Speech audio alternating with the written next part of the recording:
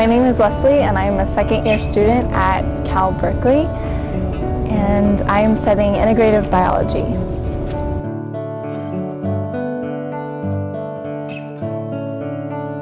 I think that because I was raised in a Catholic family and around the church, that I'm sure what some of my earliest thoughts about God weren't necessarily experiences with Him or about who I am in Him. I first came to college with confidence in my faith and confidence in who I was and what I stood for. And slowly God began to show me that I really had very little idea of what faith was. And so I got involved a little bit with a Bible study, but I wasn't consistent because I was really stressed about the classes I was taking and the course load that I had.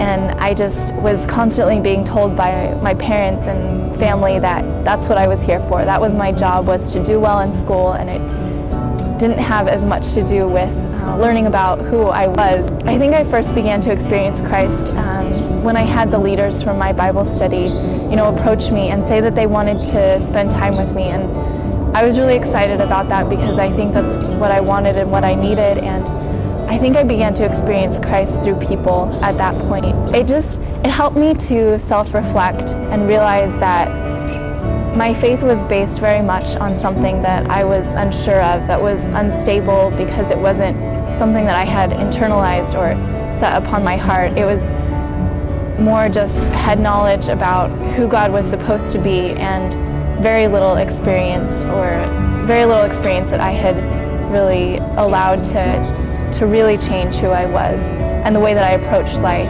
altogether. I think that I really began to experience Christ was when I allowed myself to be open to the fact that He was speaking to me through people and that He also wanted to speak to me through His Word. And when I finally broke down almost completely to the point where I was just so confused about why I was really here, I had a heart and God was growing a heart in me to seek out people, to serve them. And at that point I was so focused on performing well that I forgot that that's what was going to make me happy, that it's about Him and not about performance or success in school.